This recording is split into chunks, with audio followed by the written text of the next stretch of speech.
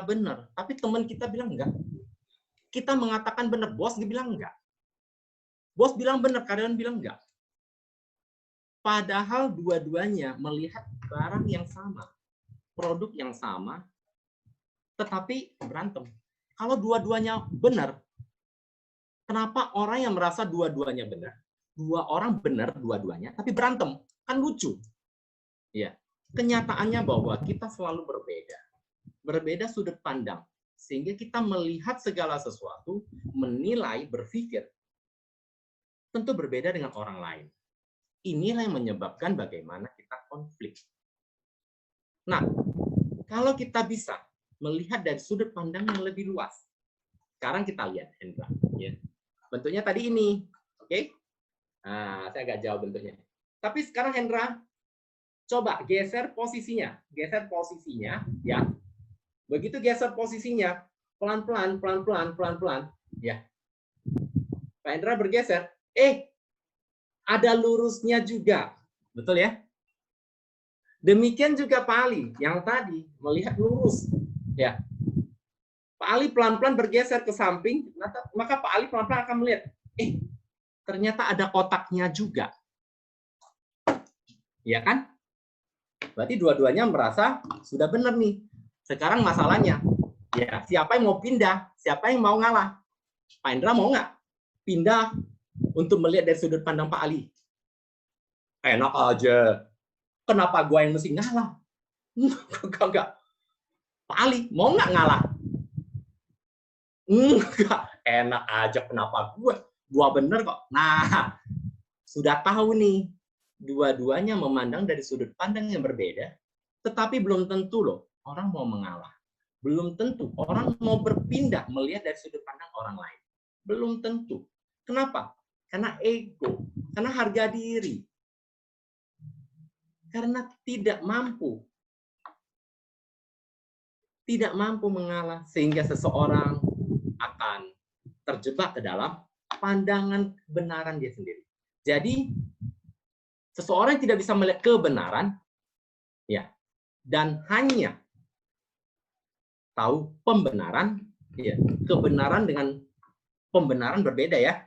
Ya, kalau kebenaran biasanya pahit. Oke. Nah, kalau mau dibungkus-bungkus, ya biasa obat pahit kan dibungkus-bungkus kan, rasa stroberi, rasa jeruk. Nah, dibungkuslah dengan namanya pembenaran. Ya. Nah, kalau kita lihat kondisi sekarang, ya, apa yang terjadi dengan Pak Hendra dan Pak Aliono? Dua-duanya merasa benar. Sekarang solusinya bagaimana? Kalau terjadi konflik, cobalah melihat dari sudut pandang orang lain. Cobalah berpindah, bergeser, sehingga kita mampu melihat segala sesuatu jauh lebih luas. Oke? Jauh lebih jernih, jauh lebih real, ya, lebih jujur, ya. Ketika kita tidak membuka hati pikiran kita untuk melihat segala sesuatu lebih baik, maka kita akan terjebak ke dalam pandangan sempit kita. Seperti kuda, kenapa kuda ditaruh yang namanya kacamata kuda gini ya? Dia nggak boleh lihat ke samping loh. Karena kuda kalau ke samping, ya dia terganggu, dia bisa marah. Ya. Kita juga sama, kita memandang, ya kita sudah pasang mata kita seperti ini. Kita nggak bisa melihat yang lain lagi. Problem. Kalau terjadi konflik, kita selalu melihat apa yang kita rasa benar. Dan inilah yang menciptakan penderitaan. Bukan hanya diri kita, tapi orang-orang di sekeliling kita. Jadi, yang pertama, menerima perbedaan, kita harus mulai membuka hati pikiran kita. Inilah yang Sang Buddha jelaskan adalah seseorang yang belajar membuka hati dan pikiran untuk belajar lebih baik, dan lebih baik. Inilah jalan menuju apa? Kepada kebijaksanaan. Jalan menuju kepada bisa bijaksana, artinya bisa melihat lebih luas, lebih netral, lebih lugas kemana-mana.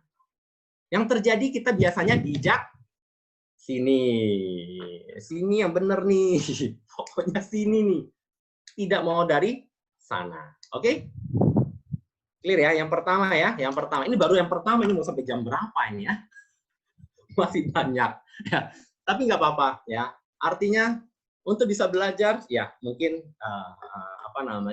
step by step ya.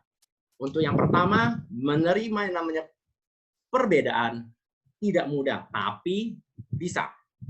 Kalau kita memiliki sudut pandang yang luas, kita mau melihat segala sesuatu lebih terbuka, ya, buka hati dan pikiran, ya. Banyak orang yang punya sifat seperti kanebo, kering. Tahu nggak kanebo? Yang lap mobil itu, kalau udah kering tahu? Ya, kaku. Pokoknya, kalau ada yang sudah punya prinsip, pokoknya, udah selesai. Nggak usah diskusi lagi dengan orang kayak gini. Kenapa? Oh, udah pokoknya dia udah paling benar. Nggak ada lagi pokok kedua, ya. Pokoknya dia udah benar. Ya, itu seperti kanebo kering. Ya, ada orang yang punya prinsip seperti penggaris, tahu nggak? Lurus, ketemu tembok, nggak mau tahu. Lurus, jeduk tembok, nggak mau tahu juga. Pokoknya lurus. Dia nggak lagi bisa fleksibel. Ya. Ini juga namanya orang yang punya prinsip pokoknya. Jadi, belajar Buddha Dharma, kita lebih bijaksana, kita juga bisa lebih membuka wawasan. Ya. Bukan hanya kebenaran dari pihak kita, tapi banyak sekali pandangan-pandangan orang lain yang juga memiliki kebenaran-kebenarannya. Jadi, menerima perbedaan pendapat, perbedaan pandangan, perbedaan macam-macam perbedaan ini semua, belajarlah untuk melihat bahwa orang lain berpendapat karena dia melihat dari sudut pandang tadi. Anggaplah contoh dari Pak Hendra dengan Pak Aliono sebagai pengalaman kita ketika kita memiliki konflik dengan orang lain. Dan itu akan terjadi dalam hidup kita. Kita selalu melihat, oh ya, kenapa saya konflik dengan dia? Karena dia memandangnya lurus. Ya Hendra gitu ya. Ya, kalau banyak konflik dengan orang lain, oh iya, dia berbeda karena dia lurus. Lihatnya, saya kotak. Padahal sebetulnya cuma bolak-balik doang kok. Nah, kalau kita sudah bisa melihat hal ini sebagai sesuatu yang lebih luas, maka kita akan jauh lebih menang. Menang apa? Menang terhadap emosi kita, menang terhadap kemarahan kita, kebencian kita. Kita sudah menang. Karena kita sudah menjadi lebih bijaksana, lebih arif, dan mampu mengendalikan diri. Ya. Ketika kita sudah bisa berpikir seperti itu, maka kemarahan tertunda. Oke? Nah, ini step pertama ini. Bagaimana kita berpikir dulu, pikirkan dulu, melihat dari sudut pandang yang benar. Nah, mau marah jadi nggak? Ngapain saya marah dengan Pak Ali ya, Pak Hendra? Kalau Pak Hendra berpikir, kenapa? Oh, ternyata sama. Ya, barang yang dilihat sama, cuman Pak Ali lurus. Ya. Kalau misalnya Pak Ali bilang ngotot, ya sudah. Mau gimana lagi? Kalau kita bisa memahami orang lain, itulah kemenangan kita. Tapi seringkali apa? Ya, kita mau merubah orang lain. Karena kita melihat kotak, kita memaksa orang lain harus berpendapat sama dengan kita. Dan Anda bisa kecewa. Kenapa? Karena belum tentu semua orang mau diubah. Tidak mudah merubah pandangan seseorang. Oke? Itu baru yang pertama, tidak bisa menerima perbedaan. Ya.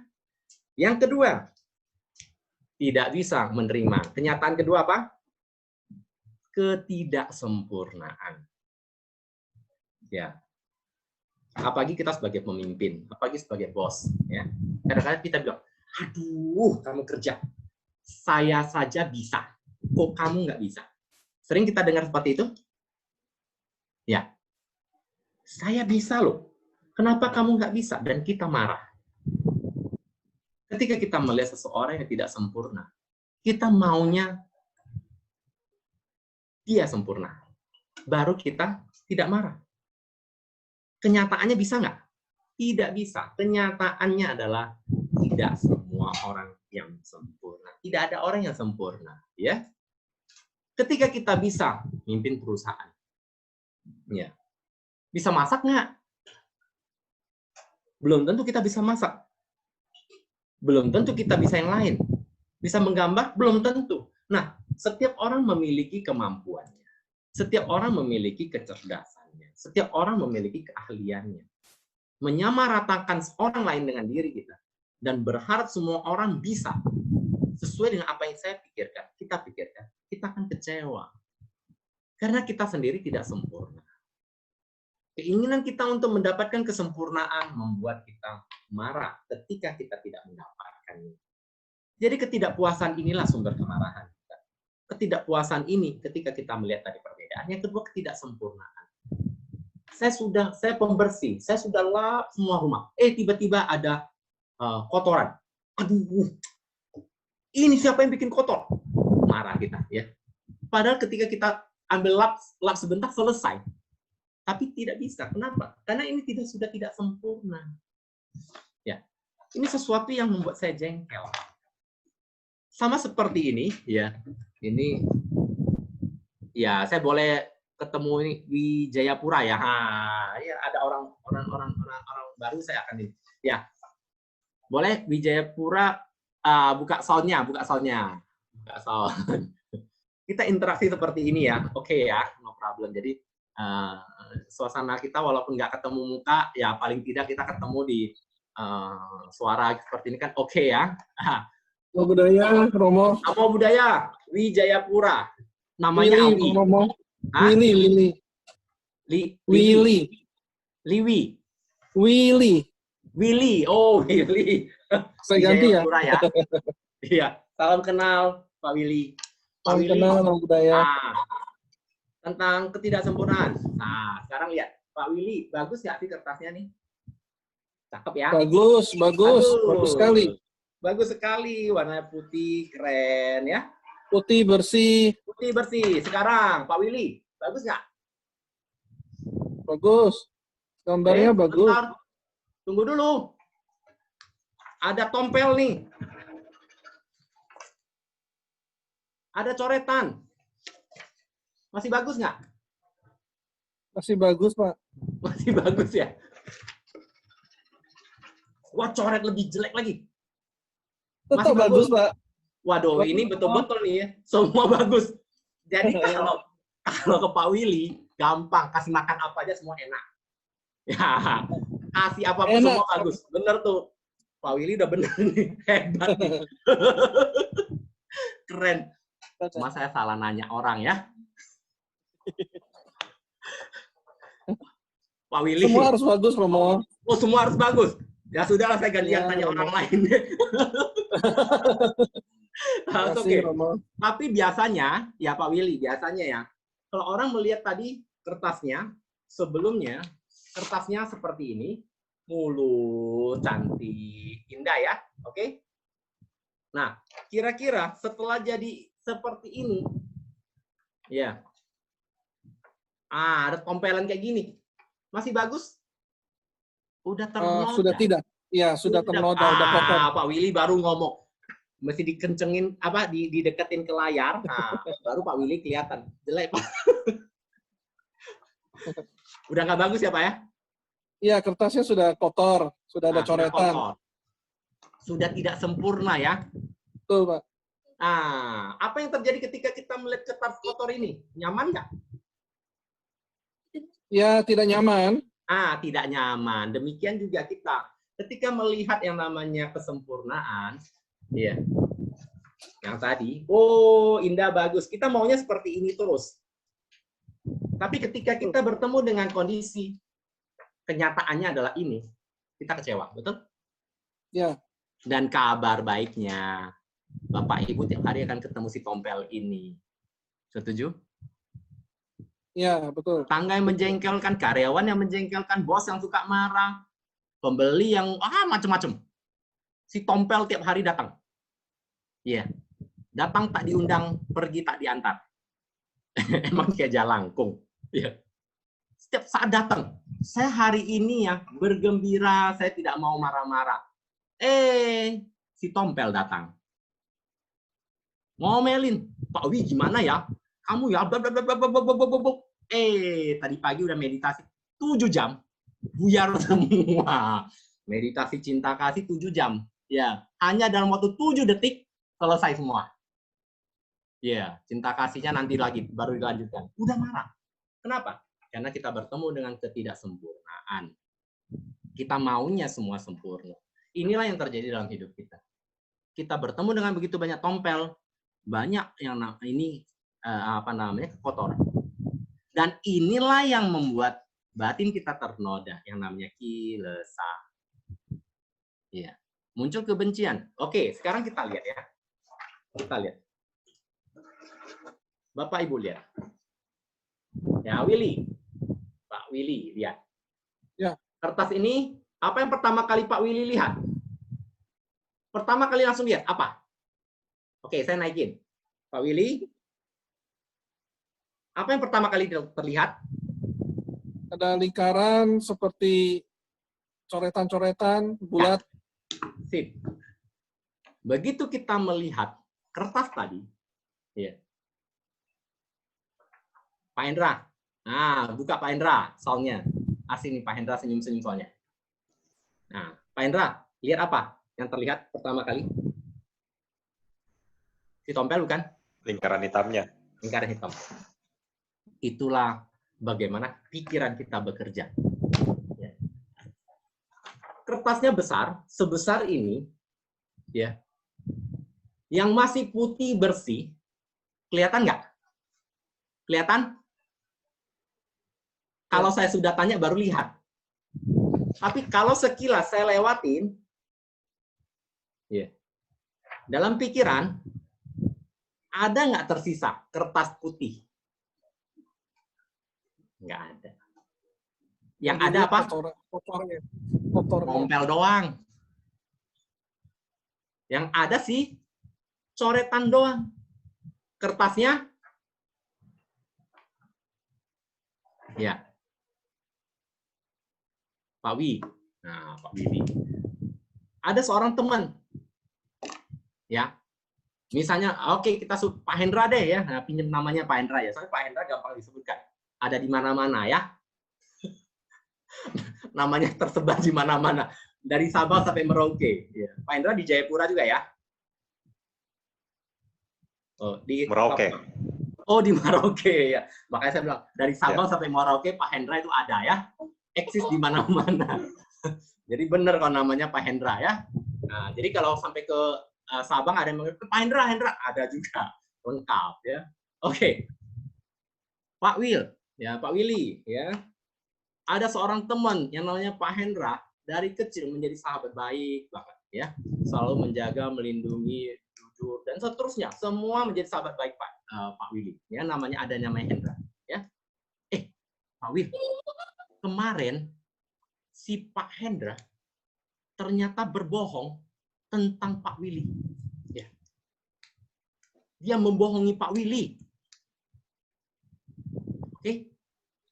Kira-kira Pak Will masih mau berteman dengan Pak Hendra nggak? Kalau untuk kondisi begini ya masih berteman, itu kan urusan dia atau mau bohong. Tapi Pak Willy dibohongi. Pak Hendra 30 tahun jadi teman, masa kemarin bohongi Pak Willy? Udah, jangan jawab lebih dari 5 detik. Kalau jawabnya lama kayak gitu udah tahu jawabannya. Loading.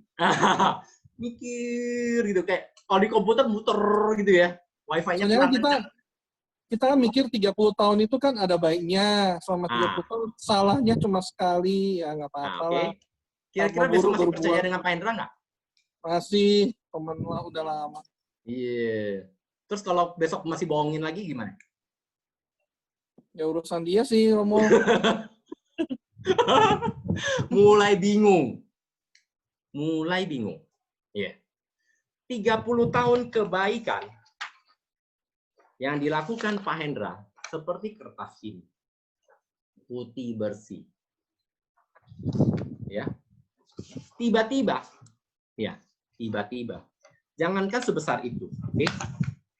Kadang-kadang ya. Lihat nggak? Tadi putih bersih ya, gini ya. Itu Pak Hendra ya, Pak Will ya. Ya. Pak Hendra hari ini nih. Kelihatan? Ya, kelihatan. Ada nodanya kecil. Saya liatin ya, Pak. Ya.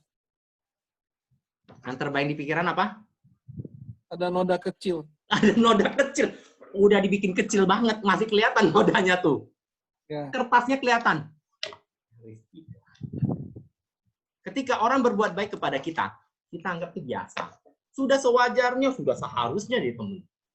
Tapi, nah, yang tadi Pak Will kalau udah jawab tapi, ya. Kalau dia jahat dengan saya, dia bohong dengan saya, dia nyakiti saya, dia ini. Nggak bisa. Ya. Jangan pernah ada noda di antara kita. Gitu ya ceritanya. Oh itu jangan ada dusta ya. Jangan ada noda. Dan kita tidak bisa melihat yang namanya noda. 30 tahun. Ya. Hanya dengan satu noda kecil. Hancur semua. Sering terjadi seperti itu? Ya. Ya. Persahabatan yang puluhan tahun. Hanya dengan satu noda kecil. Bubar. Cerita ini bukan cerita sinetron. Tapi kenyataannya. Ada orang tua dengan anaknya bertengkar tapi tidak ngomong. Pernah dengar itu? Ya. Ada anak dengan orang tua, ada yang dengan saudara. Semua karena masalah cuma noda. Apa yang orang lain lakukan baik belum tentu kita ingat. Tapi jangan coba-coba ya nyakiti perasaan saya. Saya ingat sampai 7 kelahiran mendatang. Ya. Coba bayangkan ya, bayangkan seseorang ya yang dulu pernah menyakiti. You tahu nggak ya? 50 tahun yang lalu si Polan itu pernah ngomongin hidung gua masih benci sampai sekarang. Bisa bayangin. Pernah dengar seperti itu? Ya. Noda disimpan 50 tahun betah. 50 tahun disimpan terus. Betah loh. Ya, nggak tahu gudangnya sebesar apa bisa nyimpan begitu banyak noda. Ya. Dan apa yang terjadi?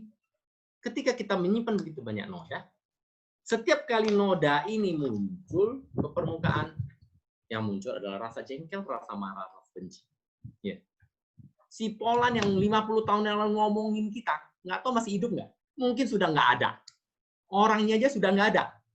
Tapi di pikiran kita, si Polan yang pernah ngomongin saya 50 tahun yang lalu, masih eksis. Masih ngomongin saya. Masih di dalam pikiran, masih muter-muter. Begitu bahayanya yang namanya noda batin. Kenapa? Karena kita berharap sempurna. Ketika kita menerima ketidaksempurnaan, kita tidak bisa terima itu. Sekarang Pak Willy, nah Pak Willy, ya, si Hendra itu udah kayak gini nih, benang pucut. Nah, si Pak Hendra udah kayak benang pucut nih. Ya. Lebih besar mana, warna putihnya atau warna hitamnya? Pak Willy, Ya, lebih banyak putih atau hitam? Putih. Lebih banyak putih. Tapi hitamnya ganggu banget ya. Ya, betul ya? Makin Ganggu besar. banget. Wah, besar lagi. Ini tompel. Kalau kecil masih bagus namanya tai lalat ya. Kalau segede gini, udah tompel namanya. Udah nggak bagus tuh. Nah, baiknya ini kita diskusi nih Pak Willy. Si Hendra kita mau apain nih ya? Sudah ada tompel kayak gini mau diapain nih Pak? Pak Willy kira-kira. Tompelnya mau diapain nih? Pak Hendra sudah punya kesalahan. Pak Hendra sudah berbohong. Bagaimana caranya, Pak Willy? Putus hubungan. Kalau saya sih ditemuin dulu, diajakin ngobrol. Iya. Kalau perlu diajak ngobrol ya. Ya. Ya. Kalau perlu dibina ya. Kalau nggak bisa dibina, dibinasakan katanya. Ditinggalkan. Ya, kemarahan kita seringkali bisa membuat kita lupa. Membuat kita lepas dari kontrol. Ya. Nah, sekarang kita sudah menghadapi kenyataan. Kenyataannya bahwa orang yang kita anggap sempurna, orang yang kita harap dia jujur, orang yang kita percayai, ternyata tidak. Pernah nggak ditipu karyawan? Pernah nggak ditipu teman? Pernah nggak dibohongin? Begitu banyak noda, begitu banyak tompel yang ada dalam kehidupan kita. Saya percaya loh, tapi dia menyelewengkan kepercayaan saya. Kita alami loh, setiap hari, setiap waktu, bertahun-tahun kita menyimpan begitu banyak noda. Betul kan? Kemarahan, kebencian kita pupuk sampai bertahun-tahun. Ya. Mungkin kalau Anda bisa mengingat, lu tahu nggak? Dulu Hendra 3 kehidupan yang lampau. Kalau bisa ingat kehidupan lampau mungkin masih diungkit-ungkit semua. Itulah kekuatan noda kebencian. Ya. Dan ini muncul di dalam kilesan noda batin kita. Terus menerus dan menciptakan karma-karma buruk yang berbuah dalam kehidupan sekarang. Oke, sekarang mau diapain yang namanya si tompel atau si noda ini? Mau dibuang, nggak bisa dibuang. Mau ditipek. Ya, yeah. Masih ada zaman nggak tipek sekarang ya? Ditipek, ya kan? Oke nih, saya nggak mau ketemu Hendra. Ya, atau dulu misalnya Pak Wil sudah menikah? Sudah. Sudah, yang dulu pernah disakiti sang mantan, misalnya ya, misalnya. Nggak tahu Pak Wil yang nyakiti atau disakiti ya, misalnya disakiti sang mantan. Oh, gua udah lupakan dia, ya. Gua benci dulu tapi saya lupakan. Saya tipek. Tipek ya. Setelah 10 tahun tiba-tiba pas jalan-jalan ke mall, Ciluba, ketemu dia lagi. Luntur nggak tipeknya? Luntur. Begitu lihat dia, ini orang. Ya, muncul kemarahannya lagi. Ditipek nggak bisa. Dihapus nggak bisa. Bagaimana caranya? Noda udah terlanjur ada di dalam batin. Kilesa. Ya. Tidak bisa dihapus, tidak bisa dihilangkan. Apa harus kita lakukan? Nah, saya ajarkan satu teknik yang simple. Ya. Saya ajarkan satu teknik yang simple. Ya. Ini masih ada waktu ya. Oh iya, masih lama ya. Saya ajarkan teknik yang kedua ya, teknik yang simple. Kalau tadi yang pertama kita gampang ya, kita sudah mulai. Masih ingat ya, yang pertama tadi ya? Ya, menerima tidak bisa menerima ya perbedaan, sudah tahu. Teknik kedua, ketidaksempurnaan. Tekniknya adalah, coba sekarang lihat ya. Gambarnya bagus nggak? Pak Willy, bagus? Bagus, jadi bunga. Jadi bunga. Tompelnya masih ada? Ada, tapi sudah berubah jadi bagus, cantik. Saya tidak menghapus si tompelnya. Tetapi dengan melihat gambar ini, batin saya sudah bahagia. Oke? Saya tidak bisa merubah si tompel ini menjadi hilang. Saya tidak bisa merubah si pembohong menjadi jujur. Saya tidak bisa merubah dia. Ketika kita ingin merubah orang lain, kita kecewa. Ketika dia tidak berubah. Ya. Yang bisa kita rubah adalah bagaimana kita merespon, bagaimana kita berpikir tentang dia. Itu jauh lebih penting daripada bagaimana kita merubah dia. Kalau kita merespon salah respon menyebabkan kita melihat si tompel. Oke, si tompel. Tapi kalau kita mampu merespon dengan baik, maka si tompel ini bisa kita buat menjadi bunga yang indah. Di kertas mah gampang. Di kertas mah tinggal ambil pen, coret-coret, selesai. Tapi kalau di dalam batin itu gimana? Kalau sudah sakit hati, gimana? Siapa yang pernah sakit hati? Bu Vinolia Wun. Bu, pernah sakit hati, Bu? Soundnya buka, Bu. Soundnya buka. Buka sound. Coba buka sound, Bu. Ya kita dengarkan, Bu. Vinolia suaranya. Ya. Bu Vinolia, pernah sakit hati, Bu? Pernah. Pernah. Sakitnya tuh di mana? Sakitnya di mana? Sakitnya di hati dong, Pak. Iya, kan ada lagunya tuh. Sakitnya tuh di sini, kan gitu kan? Nah, di sininya di mana? Sini.